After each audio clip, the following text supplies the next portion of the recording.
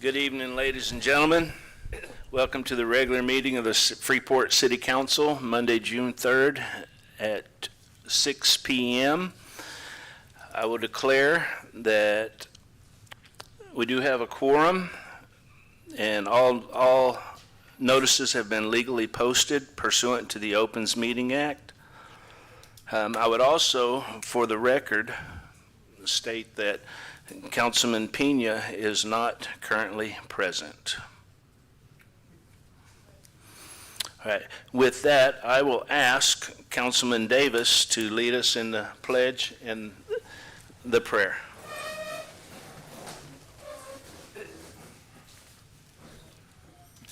All right, first of all, I want to start off with a moment of silence for one of Freeport's long officers, Captain Gilchrist.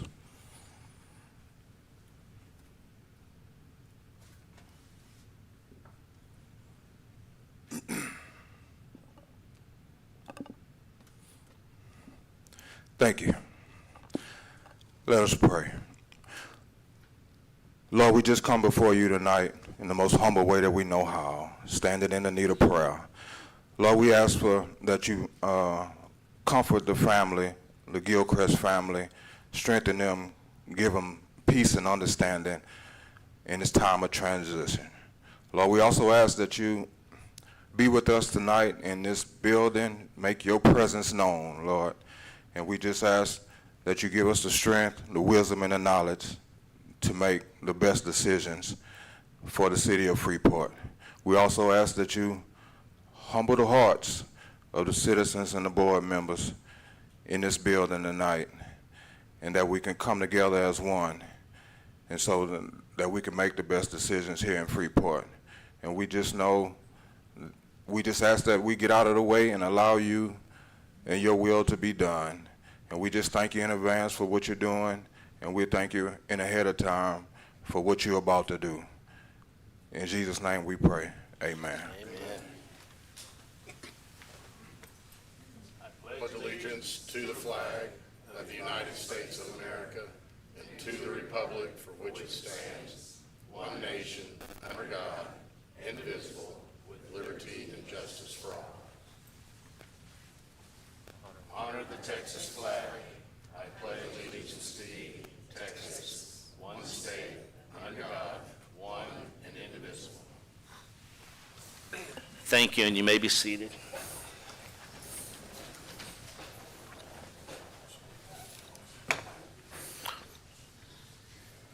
We're going to start tonight's meeting with a presentation of Employee of the Month for the month of April. Mr. Petty. Yes, sir. I'm going to let Chief Howell handle this tonight since I'm a little bit under the weather. Thank you. All right, everyone, don't let me forget to hand sanitize after I get done with this, okay? Corporal Torres, if you would come up, please.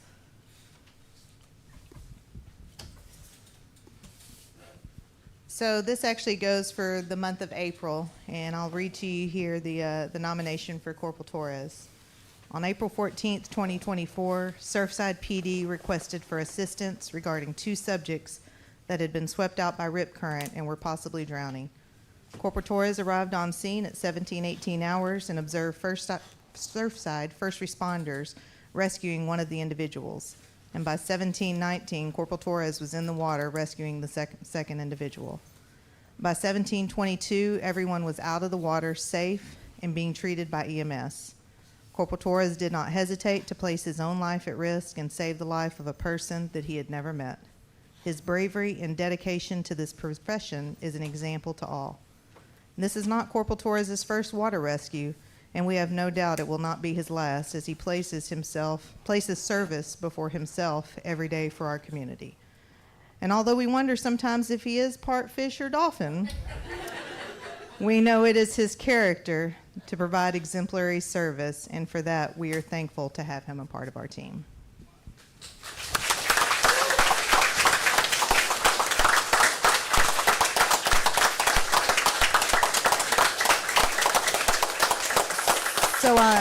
So I also want to add on something. So Corporal Torres left here as a patrol officer in 2022. Poor mistake on his part. But in 2023, they had informed me that he was looking at coming back. And I'd met with actually Captain Gilchrist and Lieutenant Brinkman, both regarding it, and not knowing him. You know, of course, I'm like, I think I got an employee leave, wants to come back. You know, do we want to take this risk or not? You know, and my first conversation was Captain Gilchrist. And for those of you who know Captain Gilchrist, I was like, Captain, you know, what can you tell me about this guy Torres? And he goes, he's all right if that's all we got to choose from. And then he did his typical captain laugh, and he goes, I'm just kidding, Chief. He goes, if we can get him back, he said, I think he'd be a great asset to this agency. And so I have no doubt that Captain Gilchrist is looking down right now thinking that.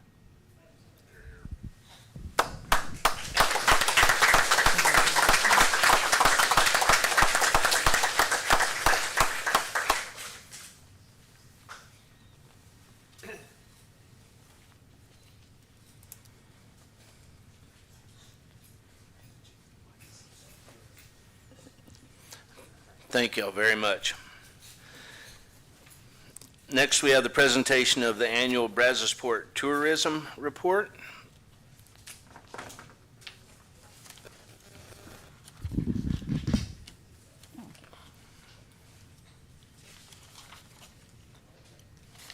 I'm Edith Fisher. I'm Director of Tourism for the Brazosport Convention and Visitors Council. We are a division of the Brazosport Area Chamber of Commerce. We promote the Brazosport area as a leisure destination. We carry out our strategic plan that's put together by our board of directors. We make an annual presentation to you to let you know how we spend the occupancy tax funds that we receive, and we also submit quarterly reports to you. And we are funded not only from the city of Clute, but also from the city of Lake Jackson, Clute, and Surfside Beach. We promote this as one area destination. So these are the current properties in Freeport that we try to send our visitors to.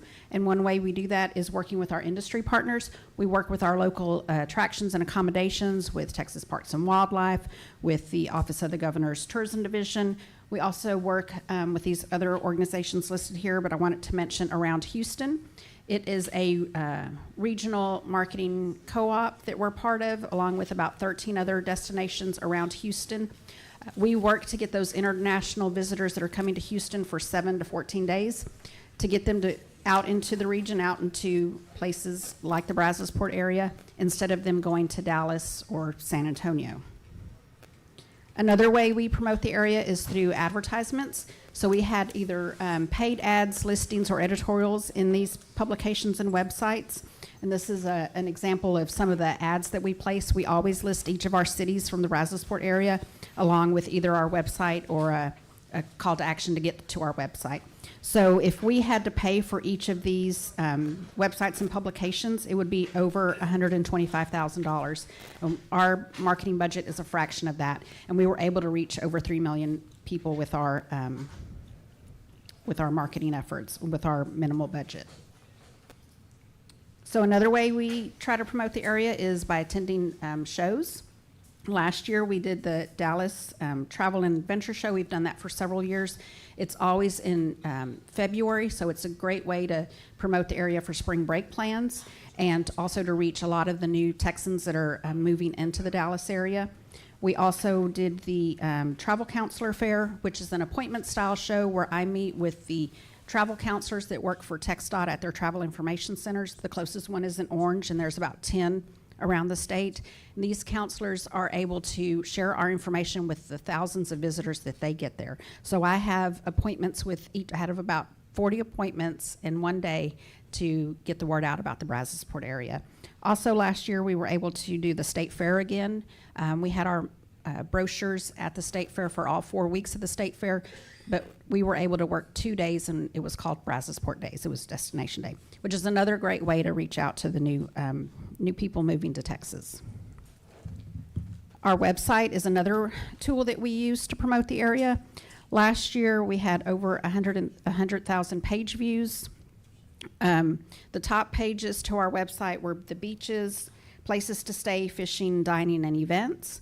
The users of our website, we were able to track where they were from, and they were from the Houston, Dallas-Fort Worth area, Austin, San Antonio. Those were the top places where they're searching for the Brazosport area. And then our top referring sites were Facebook, visit HoustonTexas.com. That goes back to that partnership that we have with Around Houston, and then these other websites. So some more things that we did last year, we continued to work with the Lone Star Coastal Alliance. They are working with Senator Weber to try to get Brazoria, Galveston, Matagorda, and Jefferson County designated as a national recreation area. So, like I said, that's been going on for a couple of years now. We also continue to participate with the Office of the Governor's co-op advertising programs, and then we did numerous partner events with these organizations here, including the Freeport Historical Museum and the Freeport Main Street. So last year, travel to Brazoria County, there was just a slight increase compared to the year before, and that was the same as it was with the state of Texas. So for Brazoria County, there was over $400 million spent in direct travel spending, and that means people spending the night in hotels, their dining, their gas, and any incidentals they spend here. And then for Brazoria County, there's about 5,000 employees that benefit from the tourism industry. So we are part of the Brazosport Area Chamber of Commerce. The chamber serves over 700 members from all kinds of backgrounds, either small businesses, large industry, municipal government, county government. We also provide support and promotion for the entire Brazosport area for economic prosperity. This is one market area. We work with our local industry and government to boost growth, and we do that through resolutions, letters, testimonies to decision makers who are either with industry or with the government. And then the chamber also facilitates quarterly meetings with each of the city managers and mayors of the 8 cities that make up the Brazosport area. It's a way for them to come together and exchange ideas and to see how they can work with each other. And then lastly, I just wanted to mention our Shop Local weekend, which is coming up in June. It is a great opportunity for consumers and for our members. If you're June 21st through the 23rd, you could go on a shopping spree. You could just pay your bills as long as it's with a member. You could come by the chamber first and pick up a list of the members along with breakfast and a shopping bag, and then you're on your way for the weekend. Then you turn in those receipts, and we do a drawing for those. We put all the receipts together, and we do a drawing, and then the winner gets $1,000 cash. So, like I said, it's good for our membership, and it's good for our consumers as well. So that's my presentation. Looking forward to continue working this year, and I'd be happy to answer any questions you may have. Thank you, Ms. Fisher. Council, do you have any questions or comments for Ms. Fisher? Yes, Mayor, I do. Ms. Fisher, first off, thank you for coming tonight. As I was looking through our agenda packet, I noticed in our board of directors, there are no Freeport-based representatives. Can you answer a question as to why?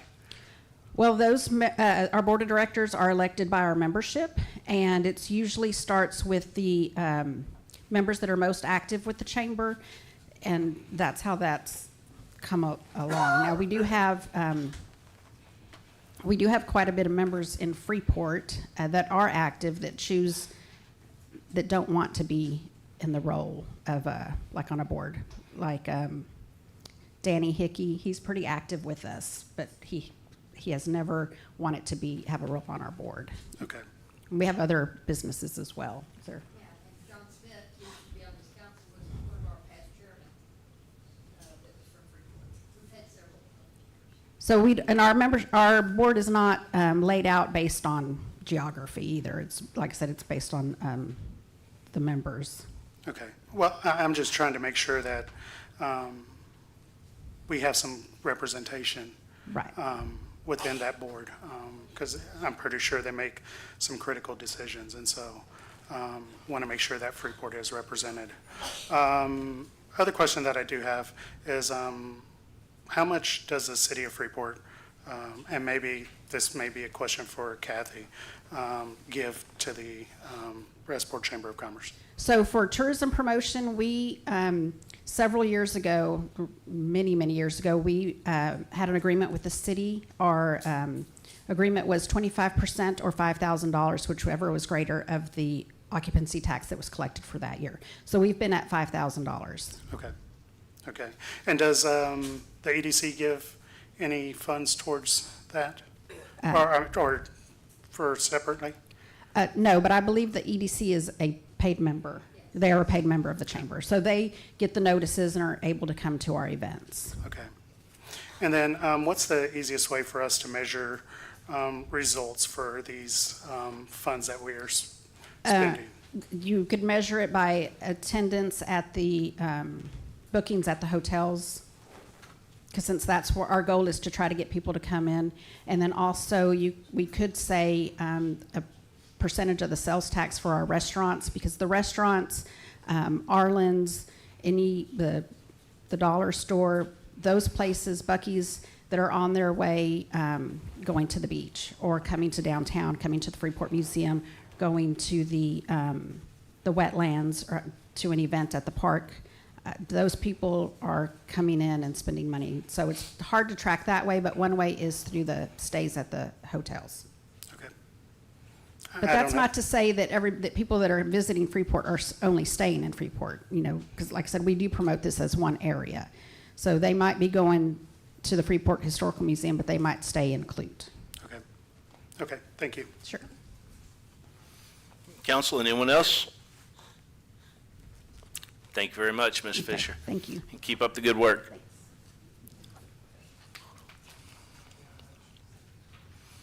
Mr. Reyna, you probably noticed that I skipped over citizens' comments. It's a rookie mistake. At this point, we're going to do the citizens' comments. I only have one, and that would be Mr. Reyna, that had signed up to talk. We're going to try something a little bit different tonight. You might like this. You might not. But we're going to try it.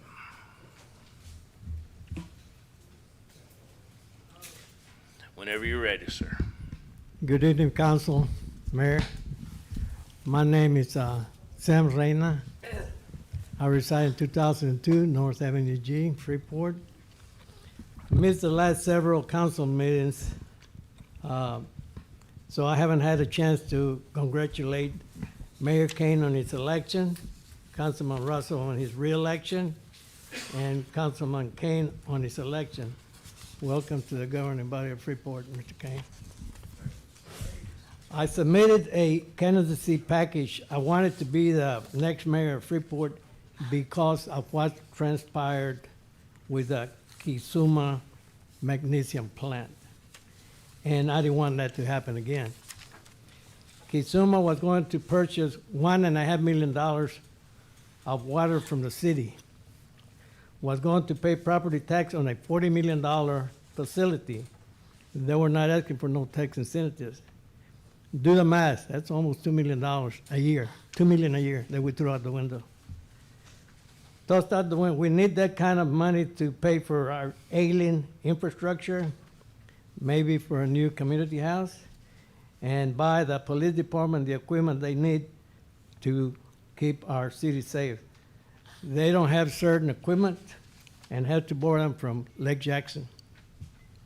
The night Kisuma withdrew their request for approval of the plant, a member of the city council and an employee of the city and a representative of Kisuma met outside the chamber.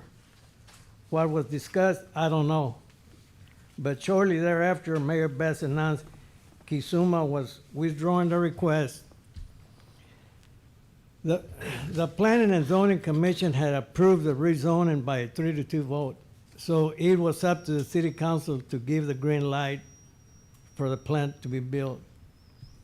Kisuma was here that night to address a presentation, not to withdraw.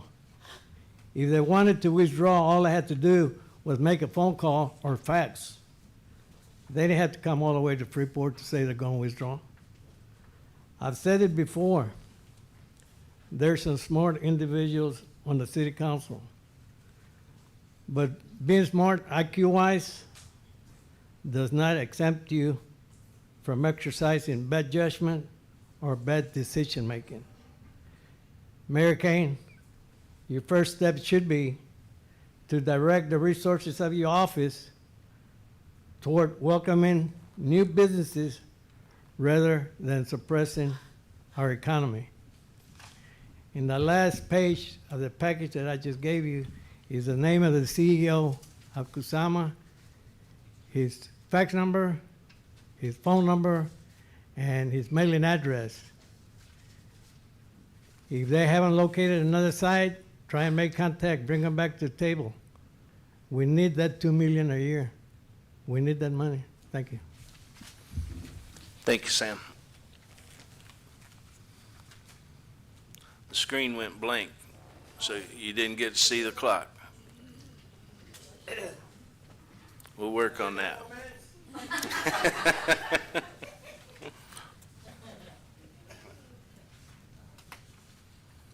You had 22 seconds.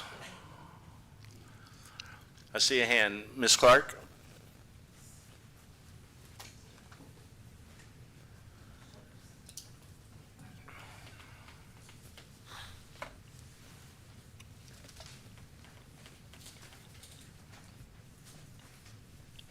Carla Clark, 411 Sailfish. I just wanted to comment on that also. There was the Dollar General that was going to go in downtown.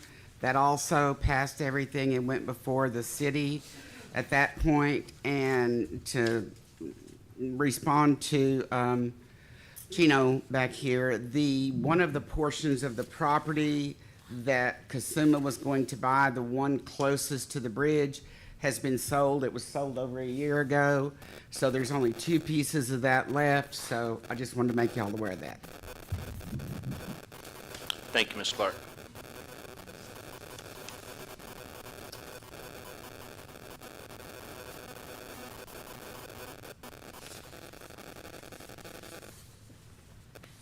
I won't put that up. That's a distraction.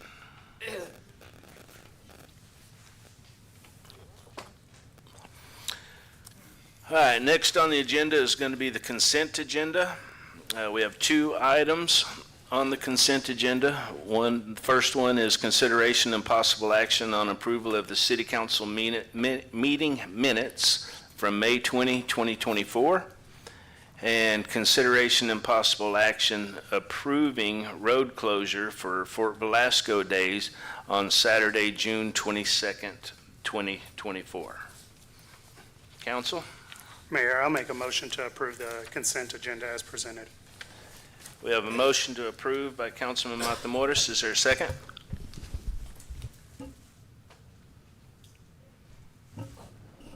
I second. We have a second by Councilman Rosso. Is there any comments or questions? Hearing none, all those in favor state aye. Aye. All opposed? Motion passed unanimously. Agenda item number 5. Let me make sure I'm back where we're supposed to be. Yep. Mr. McGinty, I believe you wanted to speak on number 5. Yes, sir.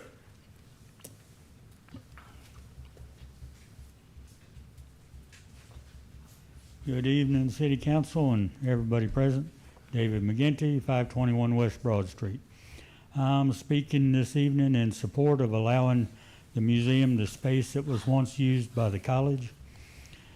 With the many exhibits, new programs our museum is bringing to the public, there's simply no room for growth in our current building museum. The space shares a door and would be a natural extension of the museum. It'd provide a dedicated space for office, IT rooms, storage. It also has extra facilities, bathrooms, a great lobby area to potentially hold events and such. So I think Wade has done a great job since he's been here, and this would only help him continue to do a great job. Thank you.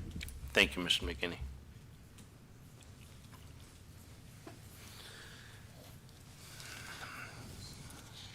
All right, consideration and possible action regarding the museum expansion into the old college space. Mr. Dillon.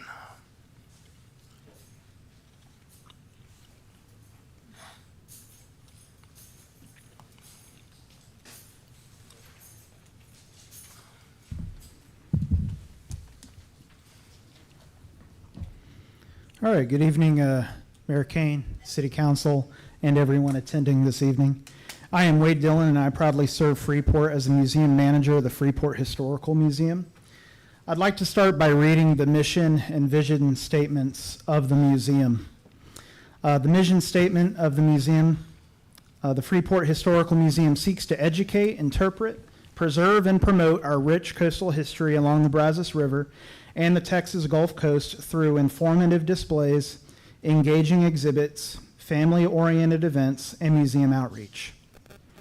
The vision statement reads, as the purveyors of Freeport history, our vision is to enrich and strengthen our community through education, promoting heritage tourism, and by encouraging the preservation and advancement of historic downtown Freeport.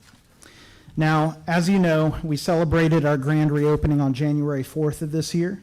The changes made was a far cry from the museum I saw when I started in 2020, when the museum had very little structure and appeared very much like an antique mall. Today, the Freeport Historical Museum is an award-winning treasure along our Texas coast. Sitting in the heart of Brazoria County's industrial boom, the museum has seen exceptional growth since COVID. In 2021, we saw 580 visitors as COVID restrictions loosened, with $1,563 in admissions. In 2022, visitation doubled to 1,023, with $3,986 in admissions. In 2023, as improvements were made to the museum, visitation tripled to 4,510 visitors with $13,074 in admissions. Our Facebook following has grown to over 8,000 followers. As the museum continues to grow, I wish to expand museum operations into the section of the museum building that the city previously rented out to Brazos Port College and has not rented out that space for the last few years. So what we have on the screen is a layout of that building. When you're facing the museum, it's literally the last door on the left. This section is about the length of this room, not this full size and width, but this section is connected directly to our exhibit hall with a shared sliding door, which also poses as a security risk. With a front lobby, 2 offices, 2 restrooms, and an IT room, this section of the building would benefit the museum staff with additional space for large-scale programming, office space, much-needed storage, museum storage, and a room designated for our IT needs. Museum staff have already extended daily operations to include the college in regards to cleaning, climate control, and security. So how would acquiring this space benefit the museum? When our exhibit hall is used for exhibits, there is no single room or space in the museum designated for large-scale programming. Our children's learning room is small, and our theater seats 15. Such programs in the front lobby of the old college space would potentially include an after-hours paint and sip for adults to benefit the museum, networking events, seasonal and holiday activities for children and adults, archaeology and summer camps for children, historical lectures, collaborative events with the Freeport Library and local institutions. The list of possibilities that fit the scope of the museum goes on. In regards to the IT room, that would provide a safe, environment-controlled room to store our servers, phone, and internet modems. Lines would run from there and operate the entire museum. Currently, the museum does not have a dedicated space. It's divvied up throughout.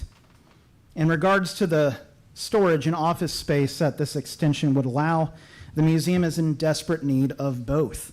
We are bursting at the seams with the museum's collection and supplies.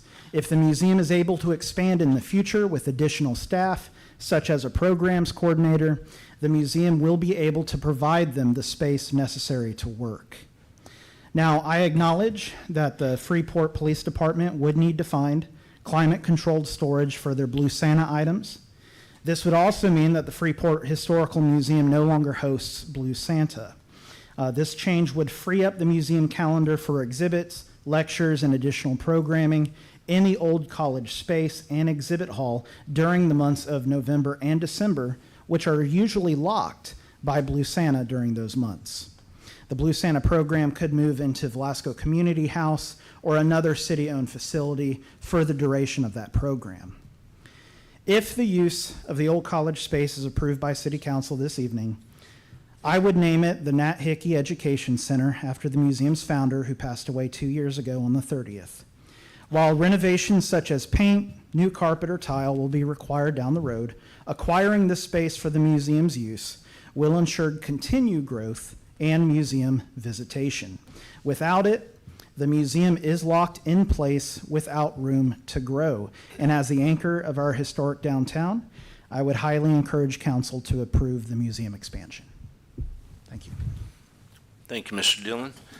Council, do you have any questions or comments for Mr. Dillon? I do, Mayor. Yes, sir. I know that that space was inquired about last year and again, actually even the year before and again earlier this year, from the Blue Santa volunteer group that's run through our police department. And I'm just curious if staff, if the city manager or assistant city manager had a chance to have those conversations and really kind of look at the pros and cons in terms of what seems to me the most important part is, obviously, I like the idea of the children education component that's being proposed here, but I have not seen any materials to that end. But what I have seen in the time that I've been in Freeport for the last 7-8 years is that Blue Santa is pretty effective and it reaches a lot of children already. And you know, it's a successful campaign. The conversation that I've had in the past, and I'm sure Mr. Petty and Chief Howell have had these conversations, I hope. If not, I'd certainly like to have that discussion, and so that we have the Blue Santa organization or the police department really have a viable solution, because it was expressed to me that they actually needed it year-round.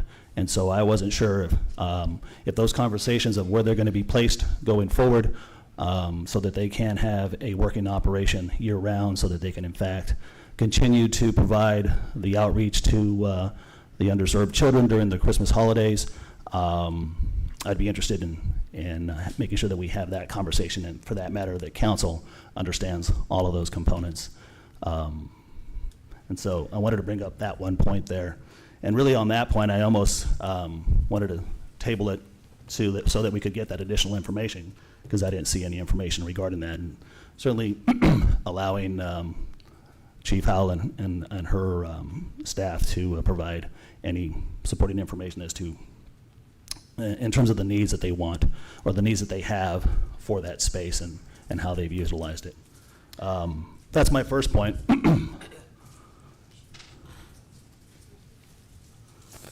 The second thing I mentioned, or comes to mind, is the attendance. And I'm glad to see that the attendance is growing, and that the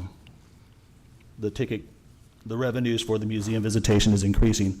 One question I had for Wade here was that revenue strictly, I guess, walking through the door, or is that part of the events as well? And or for that matter, the attendance as well? It's going to be purely admissions, whether it's walk-ins or if we're charging admissions during some of the events. But that's not to say that we don't have free events throughout the year as well, including our upcoming Fort Velasco Day that's free to the public. So yes. All the numbers that I provided this evening are tracked through our POS system, Civic Rec. Okay. So I can go back as far as 2021 when we joined that system, and select the first and end of the year as bookends, and I have the numbers. Well, I will say this, is that, my position on the museum has been pretty consistent over the last several years. I've admired the work that you do. I think you are a valuable asset to this city. I think the expertise and the education that you have and that you share, super valuable. Thank you. And I hope you are with us for as many days as you wish, and that you can help grow the museum reach and growth, so that it pronounces Freeport and the heritage in Brazoria County as well as Freeport. I want to be abundantly clear about that. But that said, I'm also about the economics on this, and I've gone, to every budget cycle over the last 3 years as council to discuss that we have low visitation in high-cost areas. And I talk about the rec center, I talk about the museum, I talk about the golf course. And I know that the golf course has been upping their revenues to the order of somewhere between 50 to 75%, and over the last 3 or 4 years. And that's coming up from, I think they were somewhere around 30%. And as it stands now, and that's even through COVID, I'm looking at the 13.5 in terms of the revenue.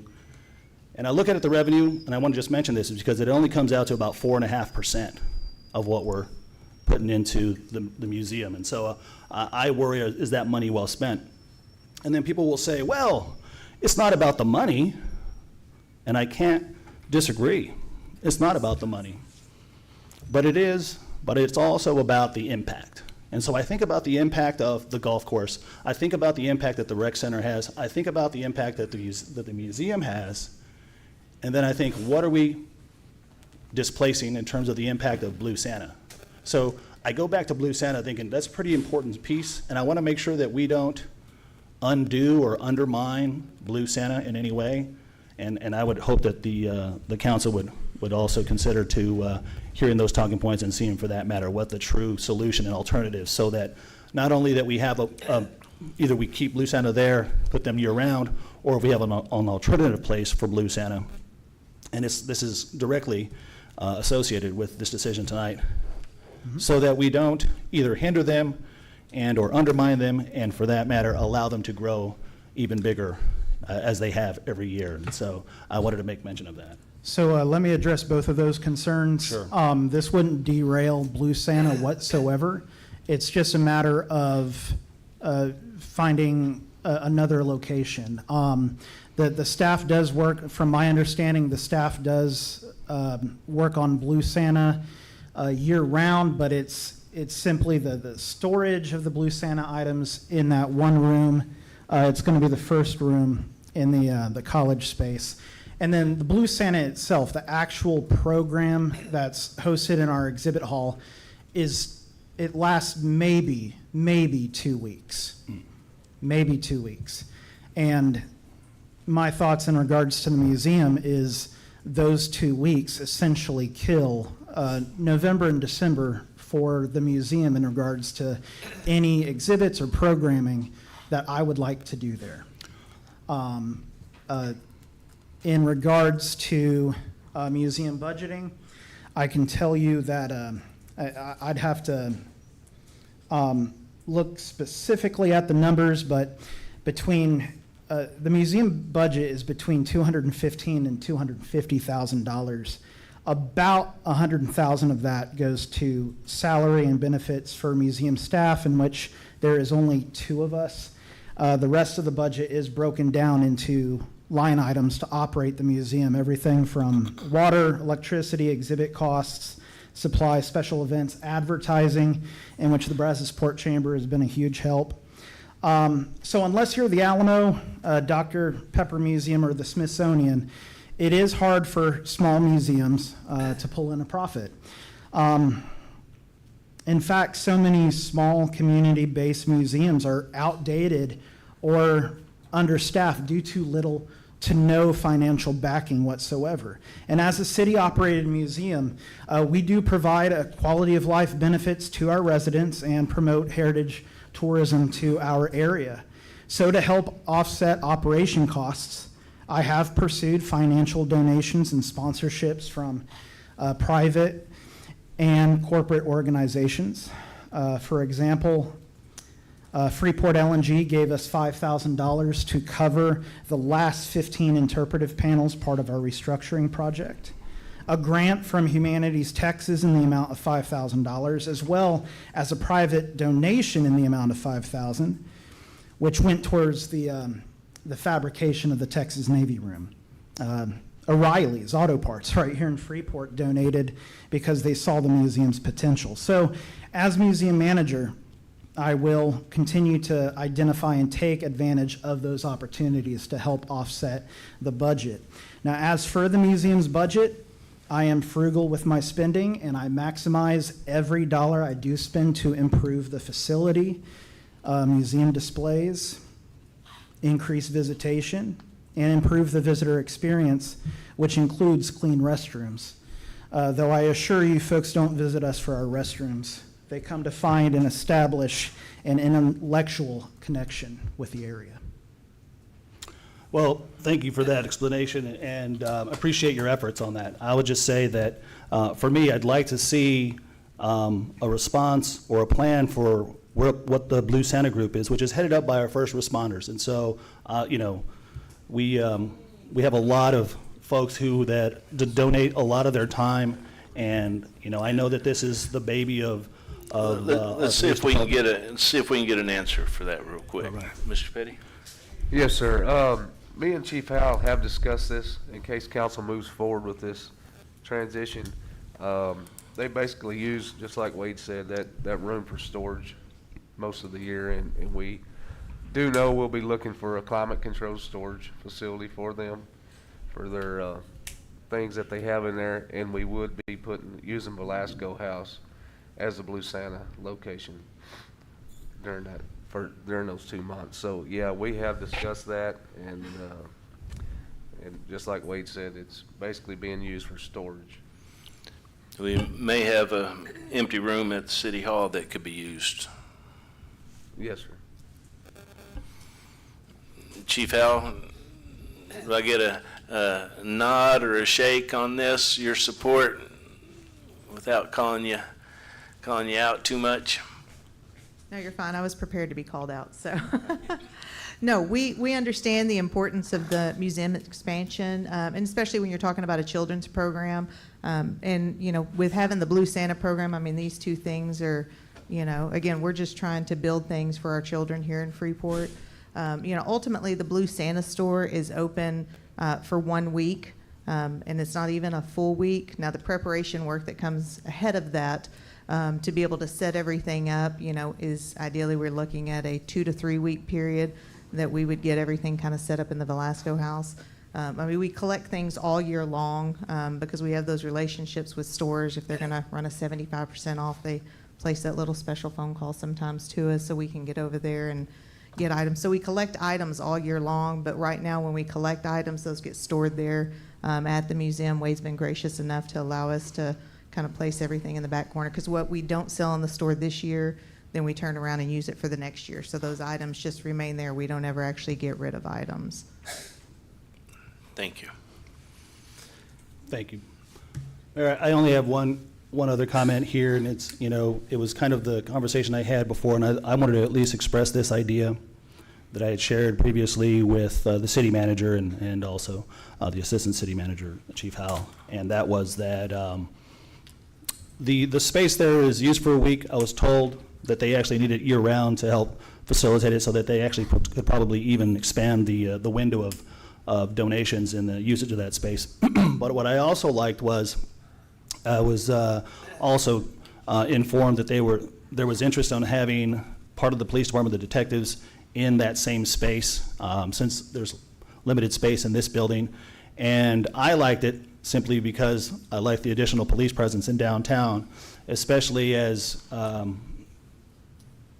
Mr. Petty can attest to, and also Chief Howell, that on any given day that I go out in downtown to either check the mail or take out the trash or walk the dogs, invariably, at almost I would say a 90% to 100% clip, every time I go out, there is an 18-wheeler from the port coming out and driving illegally downtown. And I say that because, and I think about this, and I think, wow, maybe maybe there's a way to deputize me to take pictures and collect tickets on these guys from the port. And I don't know what those tickets are amounting to, but if, let's just say they're $500, let's just say they're $300. $300 times 30 days, I'm sure I can get one ticket a day, that's $9,000. But let's just say I'm only half as good as anybody else. That's $4,500. $4,500 times 12, you're looking at about $60,000 revenue compared to the $13,500 that we did.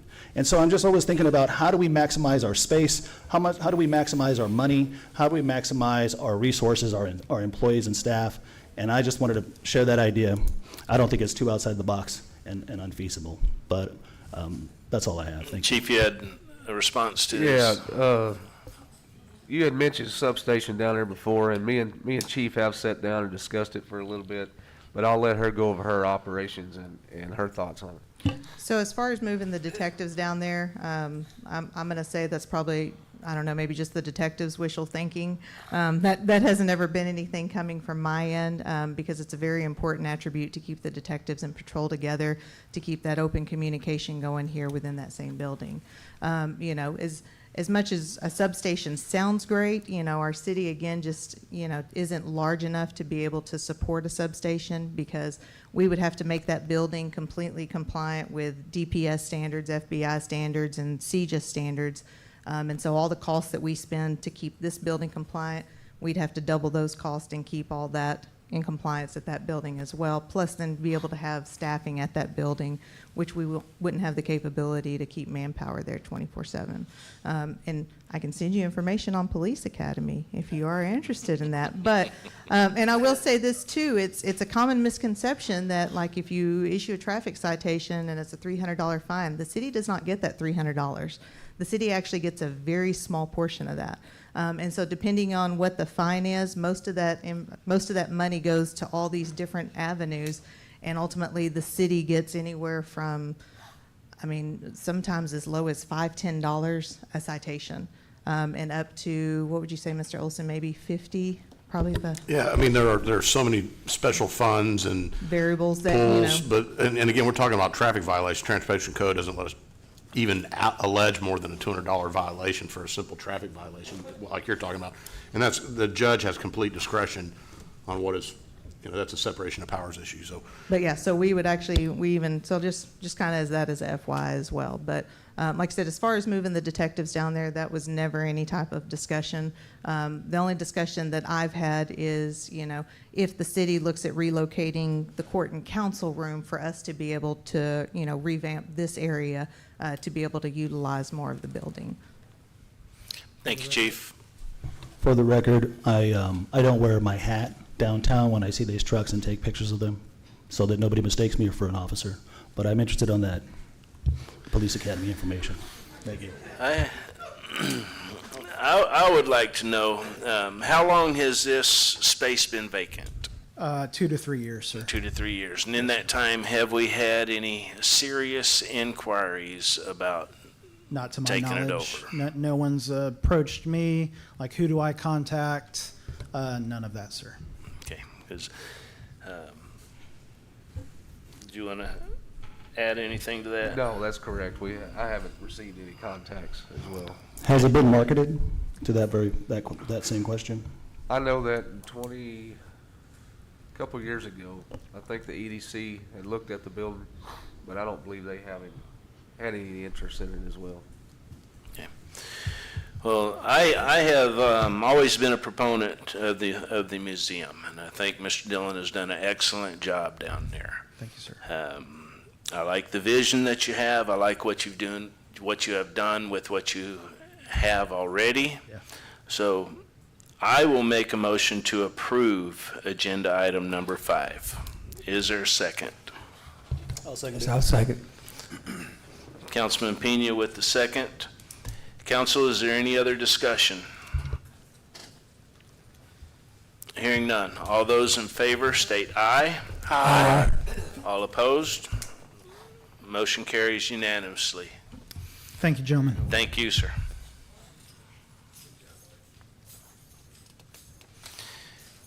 And if y'all haven't been to the museum lately, it really is worth the trip. He has done a marvelous job down there. Moving on to agenda item number 6, consideration and possible action approving resolutions and appointments or reappointments to members to various boards and commissions.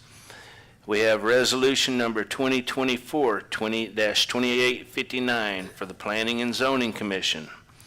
Resolution 2024-2860, the Freeport Economic Development. Resolution number 2024-2861, the Board of Adjustments. Resolution number 2024-2862, the Historical Commission in the Main Street. Resolution number 2024-2863, the Senior Citizens. Resolution number 2024-2864, the Beautification and Parks and Recreation Committee. Mr. Petty. Yes, sir. Staff recommends selection of individuals and the approval of the proposed resolutions to appoint or reappoint qualified individuals to serve on the above-listed boards and/or commissions. Terms have expired on each of the boards and commissions. These terms expired on May 31st, 2024. Additionally, there are positions left vacant due to members stepping down before their term expired. At the time of this memo, the city has received applications from individuals who are interested in serving on these boards and commissions. These are active volunteer boards in the city, and filling the vacancy is important to allow for full and representative discussion of important issues. All board members are appointed to fulfill 2-year terms and serve at the pleasure of the city council. Members may be removed at any time and for any reason as voted on by the majority of city council. So do you want to go through these individually? Yes. We're Okay. gonna go right down the row. So on the planning commission, we have terms that have expired is Miss Pamela Dancy, Andy Deal, and Eric Hayes. And the applications submitted for those positions are a renewal for Mr. Andy Deal, a renewal for Mr. Eric Hayes, and we have James Gossett, Ronnie Riojas, and Carla Clark that is interested to fill that position of Miss Nancy.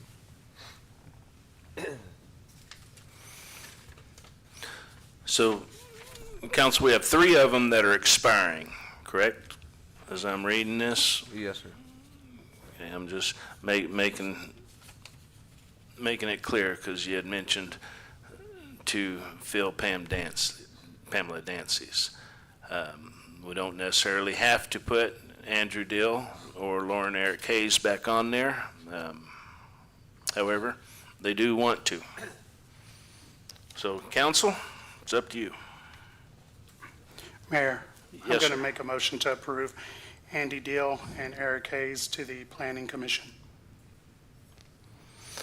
We have a motion on the floor to appoint Andrew Dill and Eric Hayes. Do we have a second?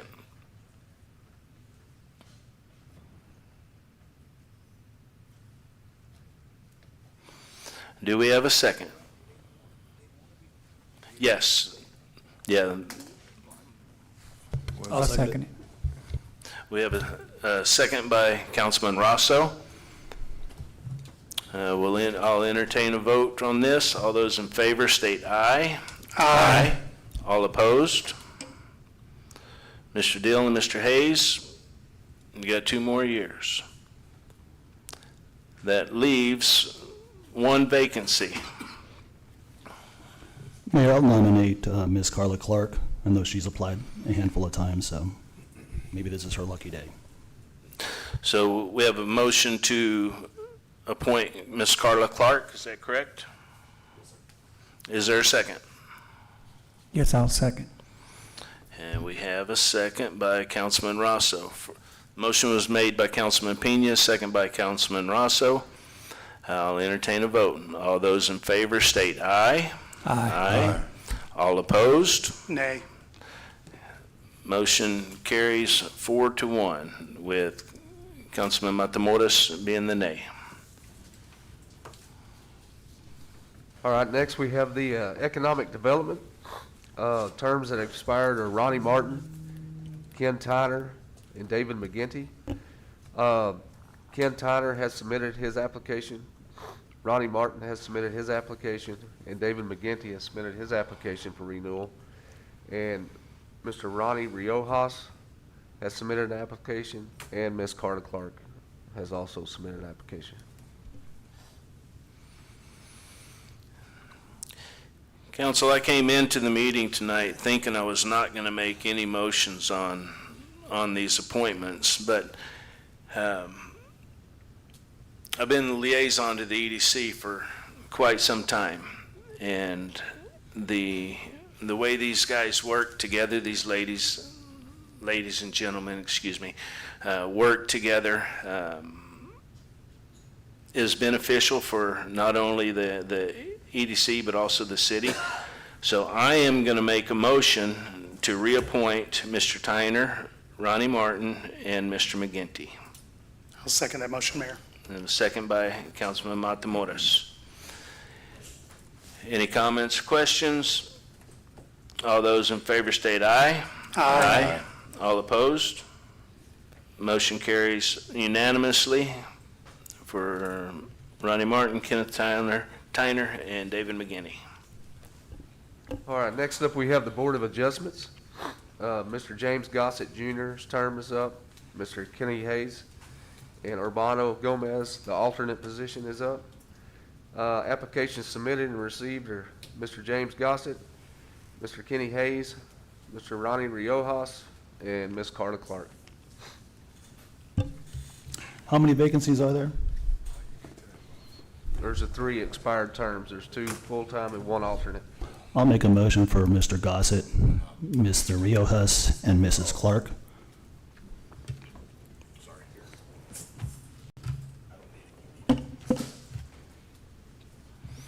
We have a motion for Mr. Gossett, Mr. Riojas, and Carla Clark. Is that what I'm understanding? Correct. Is there a second? Mayor, unfortunately, because we have appointed Carla Clark to the Planning Commission, she cannot be on the Board of Adjustments. Also, Mr. Ronnie Riojas does not live in the city or the ETJ, and thus he is ineligible, which he brought that to my attention. The only board he was eligible for was the Economic Development. Are these rules right, Mr. Olson? I mean, to me, I don't know if this is something in your actual ordinance to disqualify them as far as eligibility. I have not reviewed the eligibility, but I would say that there's an absolute separation of power between the Planning Commission being the legislative group and then our quasi-judicial group. So they couldn't serve. If you're going to be on the ZBOA, you really shouldn't be part of the legislative process. But there's also, I assume, rules. I don't have them in front of me. Yes, sir. There are Eligibility rules. Yes, sir. There are rules. When I was appointed to the Board of Adjustments, Are these self-created rules, or no. is it actually codified? they're codified within the charter. Mayor, there's a hand up in the audience. Ms. Clark? I'd have to look at the charter. Ms. Marshall, I see you. Well, I'll get to you next. He is right about that. Carla Clark, 411 Sailfish. I understand the grudge that Mr. Mattis holds against me. And the thing of that is Ronnie Martin has served on 2 boards. There's been many people, even yourself, Mr. Matamoros, served on 2 boards. So why is there a rule now and there wasn't before? Just a question. Well, I'll tell you there was, because I was brought up for both the Board of Adjustments and Planning and Zoning the last time that I was appointed, and I was told that I could not be on both because the Board of Adjustments, if there's a denial from the Planning and Zoning, the Board of Adjustments hears that appeal, and thus you cannot be on both boards because you would then have a conflict. Yet you were on the EDC and the City Council, and the City Council makes the ultimate. Let's not talk over each other. Again, I'm talking about the Board of Adjustments. It's You're not on. perfectly fine for a sitting council member. In fact, a majority of the EDC board can be made up by council members. That's built into the statute. At the same time. Correct. And there's no conflict in that. We That's saw actually no in the conflict statute, that. in the Economic Development Act statute, so. Yeah. So we let some people serve on 2 boards and other people we don't. The state legislature does, yes. Okay, but Mr. Metamore said it was in our charter. There are some rules in the And- charter. Apparently, I have not seen those, so. Could I get a copy of those, please? One thing I'm hearing, and legal might have the answer to this, Mr. Matamoros said that it cannot be on the planning and the Board of Adjustments because of the potential conflict. Yeah, I don't know what the actual eligibility says about that, but, I mean, really appeals that go to the ZBOA are brought, I mean, you can ask for a variance, special exception, or you can challenge the interpretation of staff. It's really not an appeal from the Planning Commission, but it is a separation of powers issue. So even if you hadn't self-policed and created these eligibility rules that preclude you from serving on the ZBOA and another board, it's still, the ZBOA is your only, besides your municipal court, your only adjudicating body, which issues a final order that's not appealable to any function of local government, only to district court. So they are our quasi-judicial branch of Freeport when it comes to civil matters. So serving in both capacities it's a separation of powers issue for me. But I mean, I'd be happy if anybody has a copy of the charter. I'm looking up the charter right now. We're going to revisit the Board of Adjustments appointments. Move on to the Historical Commission of Main Street. Yes, sir. We have Miss Melanie Odom's term has expired. Keith Stumbaugh, Irene O'Connor, Margaret McMahon, and Mr. William Leach was removed from the board. Applications submitted and received is Irene O'Connor, Jeff Crisp, and Miss Melanie Odom. How many vacancies are there? We have 5 vacancies and 3 applicants. I'll make a motion that all 3 applicants get on it. So a motion on the floor to appoint Irene O'Connor, Jeff Crisp, and Melanie Oldham. Is there a second? I'll I second. second. We have a second by Councilman Matamoros. All those in favor state aye. Aye. All opposed? Motion carries unanimously. And there, ladies and gentlemen, if you want to participate, there are 2 more vacancies on the Historical Commission and the Main Street Board. Yes, sir. Next up, Oh, I forgot. Miss Marshall, did you still want to speak? I think they answered my question. I was just curious as to why, Ms. Carla Cart couldn't serve on both of those 2 boards, but I think that they explained it, so I understand about the conflict of interest. That was my question. Okay, thank you, ma'am. Oh, I do have one more. Do we have a 3rd person for the vacancy on the EDC? I mean, I know that we had filled it temporarily, I can't think of the gentleman's name, but he was, there for 1 month. Is he automatically back on? That would have been Ronnie Martin, and he reapplied and got reappointed. Okay, all right, I thank you.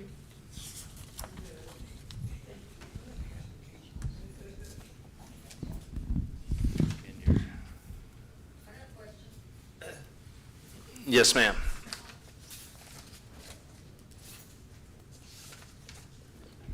On that historical board that y'all are talking about, they don't have to be a Freeport residents? Oh, okay. That's the only one that you don't have to be a Freeport resident. They, for the EDC? No, the Historical No, Okay, Commission. well, they're purely recommending their body, so they're not a statutory creation. That's Yeah, something they don't that have to y'all be created. Freeport residents. It's in our pack. Gotcha, thank you. Next is going to be the senior citizens. yes, sir. Ms. Dolores Knox, and Linda Harrison, their terms are up, and we received applications from Linda Harrison and Marcia Sedal. I'll make a motion for those vacancies to be filled by the 2 applicants. We have a motion to appoint Miss Linda Harrison and Marcia Sidal. Second. And we have a second. Gentlemen, all those in favor state aye. Aye. All opposed? Congratulations, ladies. Next is the Beautification, Parks and Rec Commission. Yes, sir. Terms that have expired are Jack Bowman, David McGinty, Brianna Sidney, and Douglas Dominguez. Applicants submitted is Nicole Morellis, James Gossett, Douglas Dominguez, David McGinty, and Jack Bowman.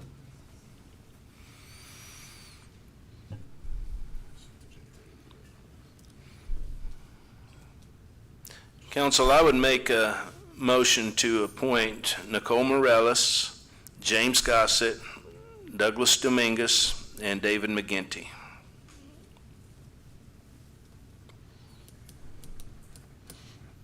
No Jack? No Bowman? And I'll entertain a second. I'll second it. Second. We have a second by Councilman Pena. All those, I'm sorry, Mayor. Yes, sir. Mr. Gossett, that was his second choice. I'm all for him. I'm just not sure if he'll be able to fulfill two boards because he does work at night. And so that may be a difficult. Who? James Gossett. is Mr. Gossett here by any chance? This board does meet at 10 a.m. on Fridays.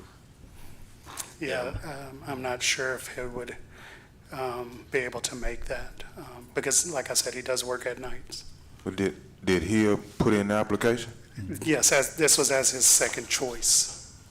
His first choice was being reappointed to the Board of Adjustments. But he was on both previously. Did he miss any meetings? No, he was not on the Parks Board. He was just the Board of Adjustments.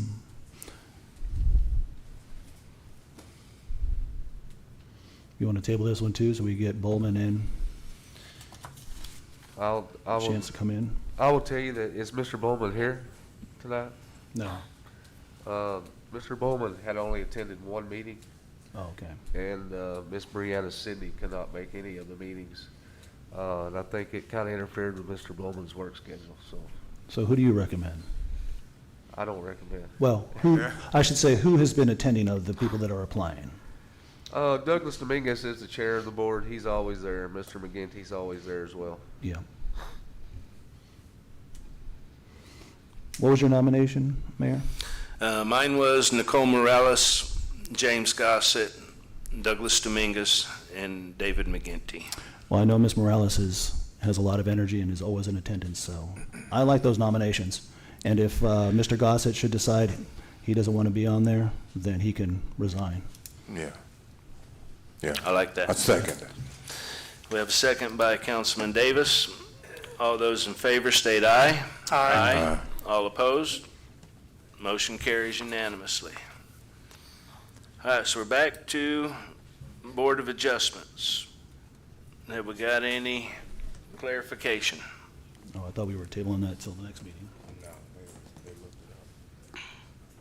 Our charter is really difficult to find information. Well, I looked at it. I mean, to me, it's not a question of charter or self-policing. It's just, most cities separate those two because you have, again, it's just at the federal, state, and local level, we try to separate our judicial branch from our legislative branch.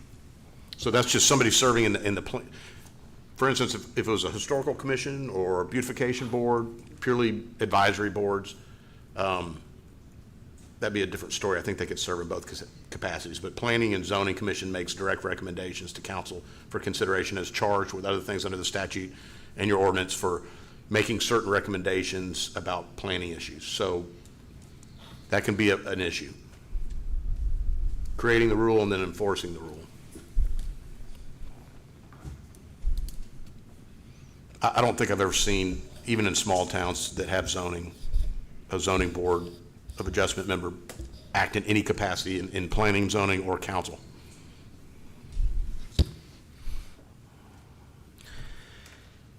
Okay, so I will make, based on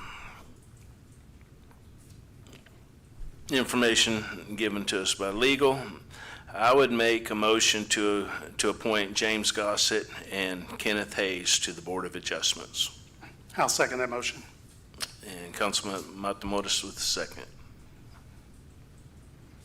You were going to I want to make sure that we have a full member board at the end of the day. So we still have 2 alternates that could serve in that capacity?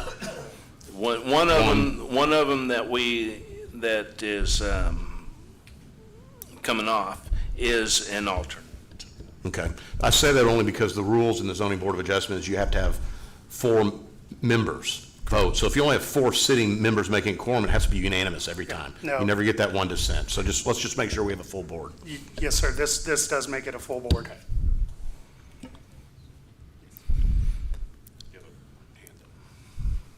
Yes, ma'am, Ms. Clark.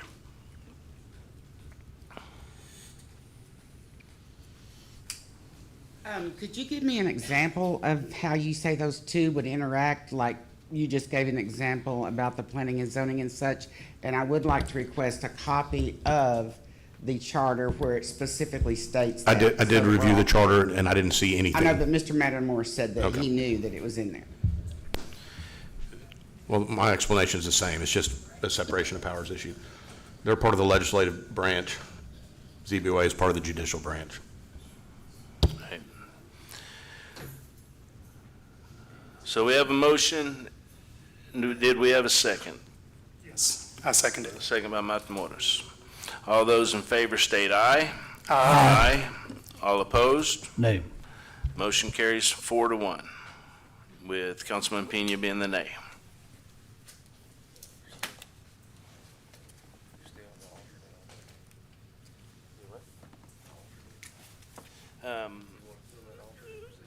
Well, we don't have, Riojas doesn't live in a city. Yes, so, yeah. So on the Board of Adjustments, we do still have a spot open for 1 alternate. Anybody out there interested? Let city know. Yeah, if we can get applications in, we can put it on the agenda for the next meeting. All right, moving on. Agenda item number 7, consideration and possible action approving ordinance number 2024-2732 to add no parking signs on the 1700 block of 8th Street as a specific location where the stopping, standing, or parking of vehicles is prohibited. Mr. Petty. Yes, sir. Staff does recommend to approve no parking signs in the street on both sides of the street in the 1700 block of 8th Street. September 26, 2023, a motion made by Planning and Zoning to draft an ordinance to put back no parking signs in the 1700 block of 8th Street. This would be on both sides of the road. The motion was passed by 5-0. The city had a survey of this area, and it shows that 95% of the structures in the 1700 block of 8th Street have back entrances from the alleyway or a driveway in the front of the house. Staff will begin installation of signage once approved by council. The financial impact is the cost of the signs and will be recovered in this year's fiscal budget. Mr. Olson has approved the ordinances, and we did have our engineering firm do a study of this road, and they do recommend signage in this area. It's the S-curve portion of 8th Street. If you're not familiar with it, when you drive down the road, it's that S-curve portion that makes it a little bit difficult for people to come down that road and kids playing outside. Thank you, Mr. Petty. I'm going to make a motion that we approve agenda item number 7 and ask for a second. Second. We have a second by Councilman Rosso. Now, council, is there any questions or comments on this? Mr. Petty, quick question for you. Have we started to implement what the engineers have asked for in our traffic survey that we did on that? We did complete the traffic survey, and they are looking for funding for the Safe Routes to School program for us. If they're able to find some of the funding for that, we will look at addressing some of the other areas within a half a mile of the school. This only addresses the 1700 block, the one S-curve that everybody's concerned about in that area. Thank you. And council, for years, this section of 8th Street, it was marked with no parking. And Right, the ordinance was never passed, and that's the main reason why the no parking signs got removed. So, any other questions or comments on this? If not, I'll call the question. All those for state aye. Aye. All opposed, aye. All opposed, state nay. Motion carries unanimously.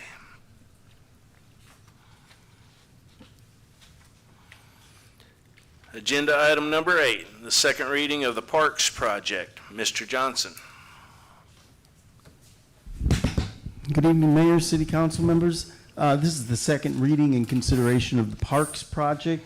In conjunction with the city, the Economic Development Corporation has identified the Freeport Parks Improvement Project as an economic development and quality of life project it would like to consider for funding for this fiscal year. Because of its nature, it's required to have a city council approval following 2 readings.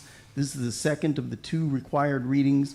The estimated cost of the parks improvements is $249,789.85.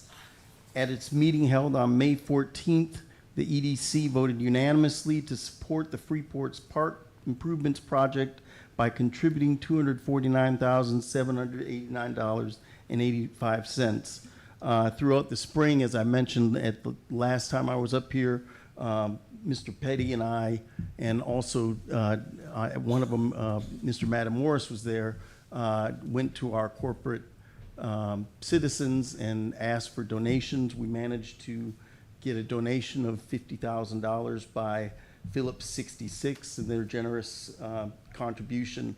Parks and playground equipment has been priced. After deducting the contribution of Phillips 66, the amount requested of the EDC to purchase the parks equipment was $249,789.85. The EDC is requesting council approval for this joint city and EDC project in that amount. Thank you, Mr. Johnson. Council, do you have any questions or comments for Mr. Johnson? I was just curious if there was any updated images on the improvements, number 1. I don't have any updated images right now. I do know that we have removed all the equipment from Stephen F. Austin Park and Arrington Park, and have graded out the area where the play equipment's going to be going, and they will be moving to Peppermint Park tomorrow to start tearing that structure down and getting that park ready. The material, all the playground equipment is supposed to be shipped this week, and the company will be here the 17th of June to install all the equipment. So it'll be a quick moving process. And then we're going to start looking for additional funding for ADA specialized equipment with pour in place and some walking trails and some fencing and things like that for phase 2 of the project. If you recall, when we had our presentation to the council, there were walking trails and fencing. That's been taken out of the Parks Project, and we're going to pursue with our corporate citizens getting that equipment and ADA equipment put back into in a Phase B type of project. How much more is that? That I don't know. We're determining that. We've got the engineers looking at developing the plans for how much that'll be. Yeah, I know that the fencing and the walking trails that City Manager Mr. Petty and I had a chance to look at made a lot of sense there. So, but also made a lot of sense was the bathrooms that were there and that infrastructure. Is any of this money also geared to enhance those bathrooms so that they are that much more user-friendly and safe and well-lit? Not to my knowledge. And the only parks currently that we have that we're reconstructing to have restroom facilities is Stephen F. Austin. Yeah. Well, I know a big criticism for a lot of our parks is the lighting in the dusk hours and evening hours. And so I would hope that I'd be interested in making sure we have, maybe when we actually get a chance to vote on this at the next meeting, that we include that lighting and fencing and, for that matter, that walking route, just to nip it in the bud. That can go into the second phase that we're pursuing. Okay. Hopefully we'll also be able to raise more money on this, because originally it was brought to council as a corporate sponsored event or program that the city nor this EDC was going to be sponsoring, or for that matter, funding. And so glad that there's 50,000. I'm just curious what phase 1 and phase 2 totality will be. Was it closer to the 500,000 or 600,000 still? It was. We have corporate citizens that have, I won't call their names, but that have expressed strong interest as long as there's ADA and safety issues addressed, which phase 2 with the fencing and the ADA equipment will do that. So we have high hopes for more contributions from our corporate citizens. I would say that equally is a priority, if maybe not more, is making sure that those bathrooms are all usable and safe and well lit. That's all I have. Thank you. Thank you, Councilman. I see Miss Marshall has her hand up in the back. Can you take her the mic, Robert?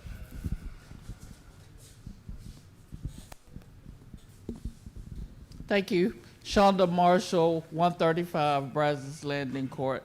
So today, my son and I had an opportunity to go to the jetties, and they must have recently just put up a new playground at the jetties, and on the playground, there's a big display of all of the companies who have contributed to that particular playground. So my question is, Mr. Johnson, have you had an opportunity to look at that or to see the companies that have contributed?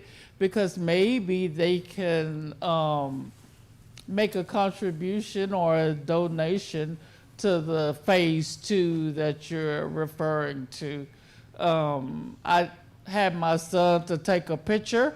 He can forward that to you tomorrow if you would like, just so you can see the companies that have contributed. It was more than just one. Thank you. Thank you, Ms. Marshall. Thank you. I will look at that.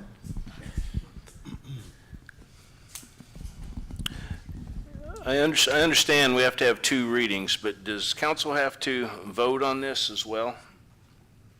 Or is it just the 2 readings? You're going to have to approve the project if they have not already. Tonight would be. Are you asking for action tonight? Yes. The reason I asked that, it does not say anything about action in my agenda. Mine either. So we can't. I think we're going to have to put that on Okay. the next meeting as an action item. Okay. Thank you, Robert. Question. Will that delay the purchasing of the equipment? Because I know we do have it at a preferred rate right now, and I would hate to lose that equipment. No, sir. It should not affect it at all. We've signed an agreement for that equipment. It's reserved for us. I'll contact them tomorrow if there is an issue. We need to schedule a special meeting. We'll do that. Yes. All right. Mr. Petty, if for whatever reason at the next meeting we have a reading or we have a vote and the council should decline, are we committed by the contract that's been signed to perform at any level? We'll be committed to a restocking fee. At what percentage? I'd have to look. All right, thank you. All right. Agenda item number 9. It is now 7:23, and we're going to close our open session and open a public hearing. A public hearing for the possible action on plat of Skinny Water Subdivision, a replat of 2.0 acre tract of land out of the common area and all of the lots 1, 2, 3, 4, 5, 6, 7, and 10 in Block 5 of Bastrop Beach subdivision, a subdivision in Brazoria County, Texas, according to the map or plat recorded in Volume 3, pages 97 through 98 of the plat records of Brazoria County, Texas, and being a portion of a called 8.5 acre tract of land conveyed to Davy and Shannon Roberts, recorded under Brazoria County Clerk's file number 2007-048878, all being out of the Stephen F. Austin Survey Abstract number 36, Brazoria County, Texas. That was a mouthful, wasn't it? It was. So the background information is the owner is requesting that the lot be replatted to sell Lot 2 and Lot 3 as residential properties and keep Lot 1 to adjoin with their current 3-acre home site. The property is located in the city's ETJ and was approved by the Planning and Zoning Commission on May 28th. The staff recommendation is to approve the replat. Shelby, I assume that they meet all of our subdivision rules? Correct. Yes. Council or the public, anybody have any questions or comments on this?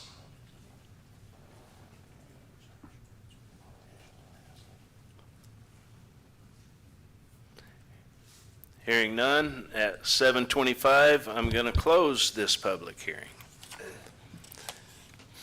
And I will entertain a motion.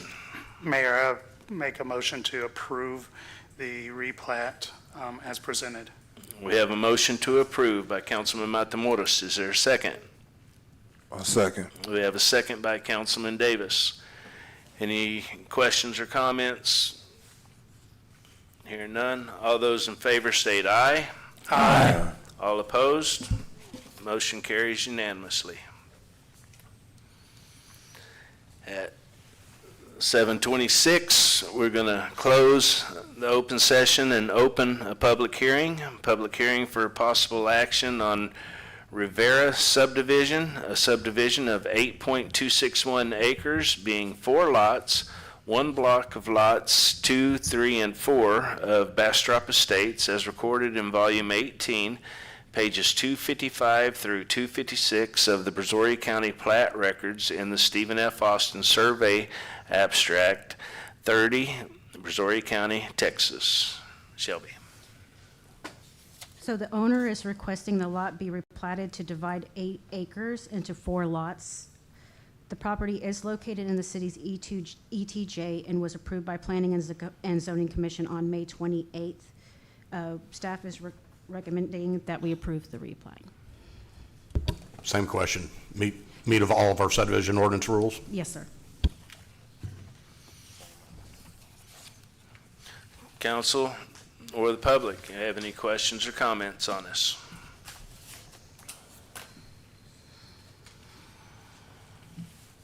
Hearing none, at 7:27, we will close the public hearing and reopen the regular meeting of the City Council. I will entertain a motion. Mayor, I'll make a motion to approve the replat as presented. We have a motion to approve the replat by Councilman Matamoros. Is there a second? Second. We have a second by Councilman Rosso. Any questions and/or comments? Hearing none, all those in favor state aye. Aye. All opposed? Motion carries unanimously. Thank you, ma'am. Counselor, I must remind you, before we leave tonight, we're going to sign these replats out here.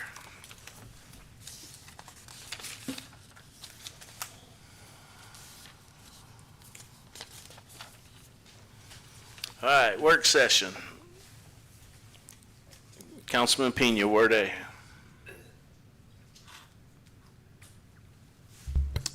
Thank you, Mayor. First, I want to just thank everybody for coming out this evening, and for any of those that have tuned in tonight. I also want to make sure that we take a moment of silence for Captain Gilchrist. Once again.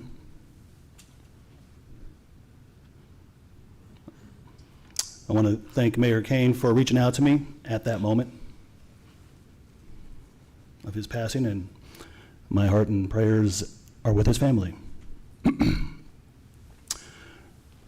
I also want to thank all the residents who have come up to me asking me for a hat for their children at the various events. They ask me why I wear it, and I tell them that it stands for accountability, transparency, and a duty to the public. That said, I'm taking an account of all those interested in receiving a captain's hat. I'd also like to see a show of hands who would like one. For all those at home, Everybody is raising their hands, if you can't see it on the camera. That is a joke. For those who would actually like a hat, feel free to call me at your convenience. Another thing I want to bring up here is anybody cares to pray or say a Pledge of Allegiance with me, feel free to call me. I will continue to exercise my First Amendment right to pray in private and express my patriotism in every way available to every American. If anybody would like to create a silly rule violating my First Amendment rights, please know you would be violating the Constitution and any laws or rules you can imagine you would lose in court. I would also like,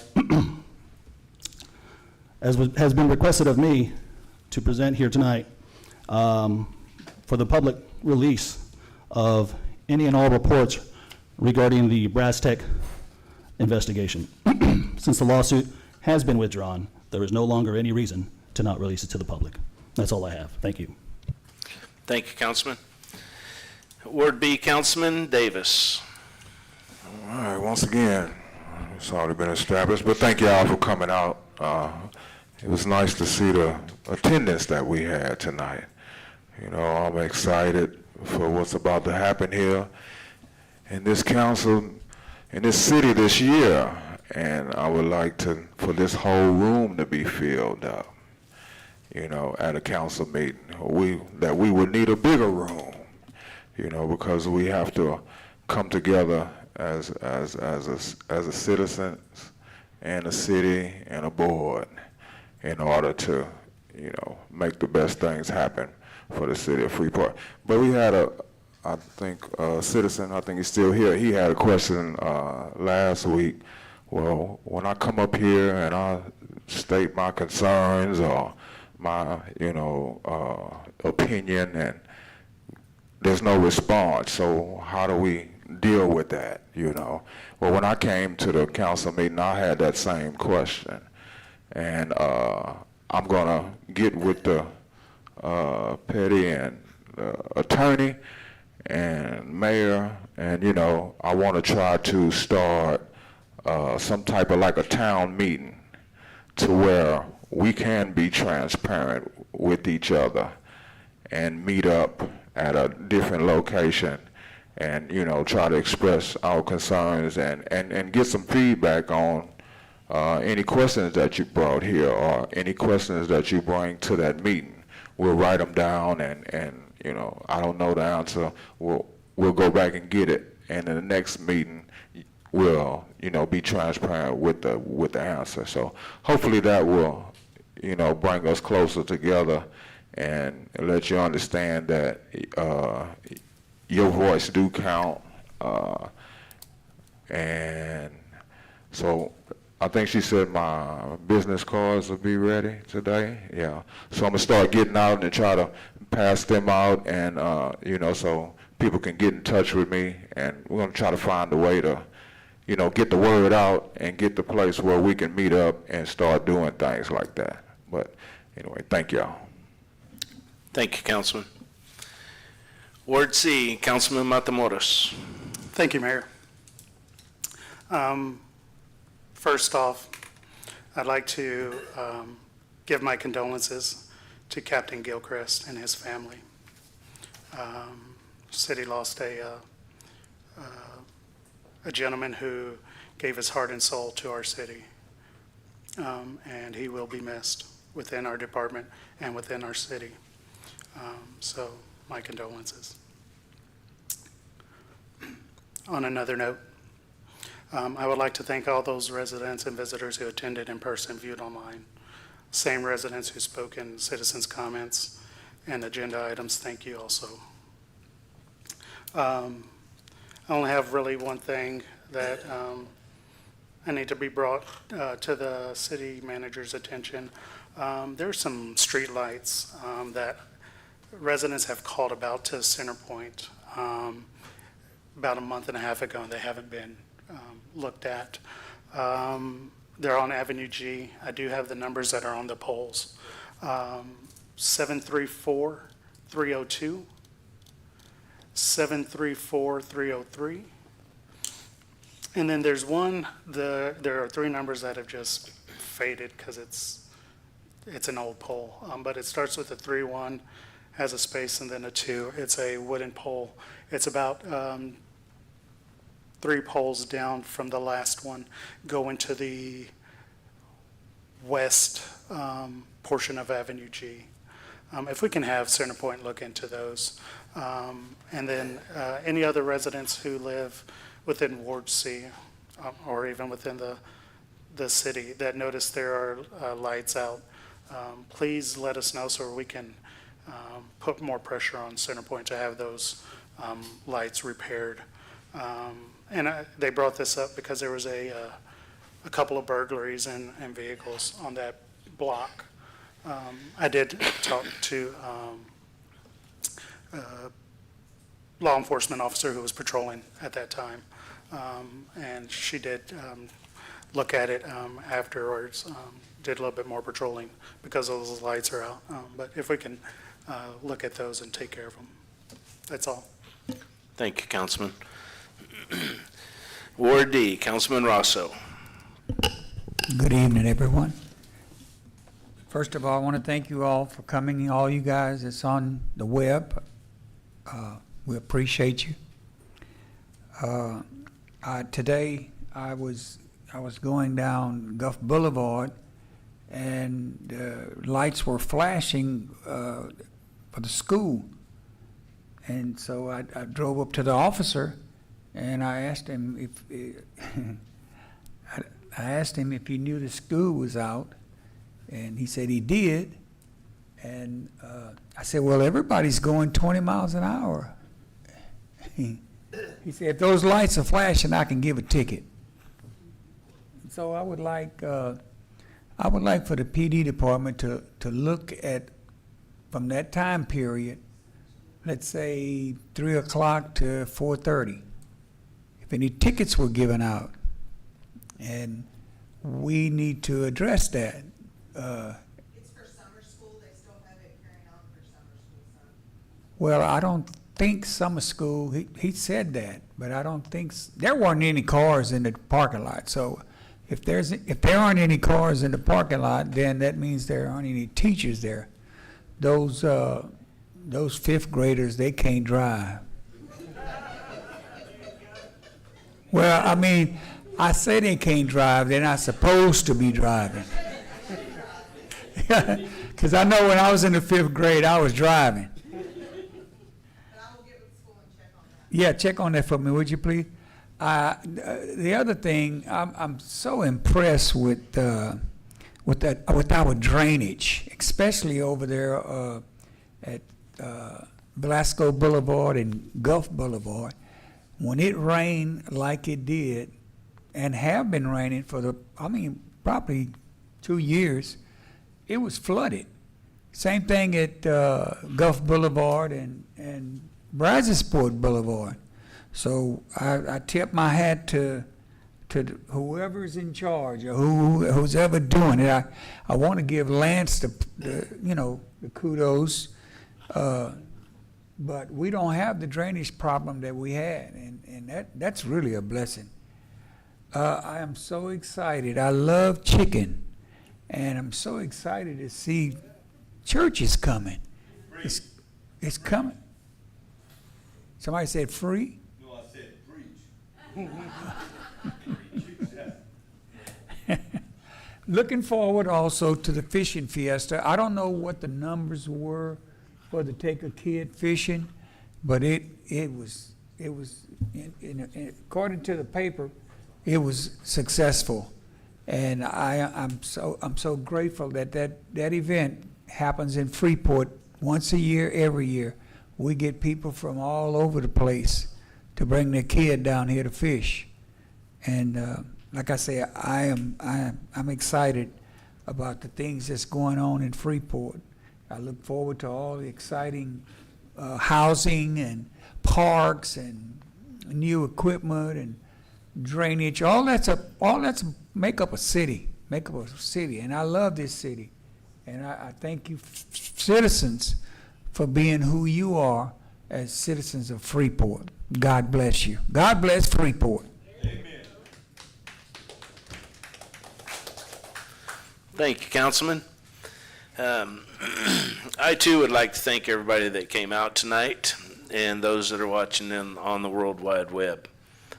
And I too want to send my condolences to Officer Gilchrist's family.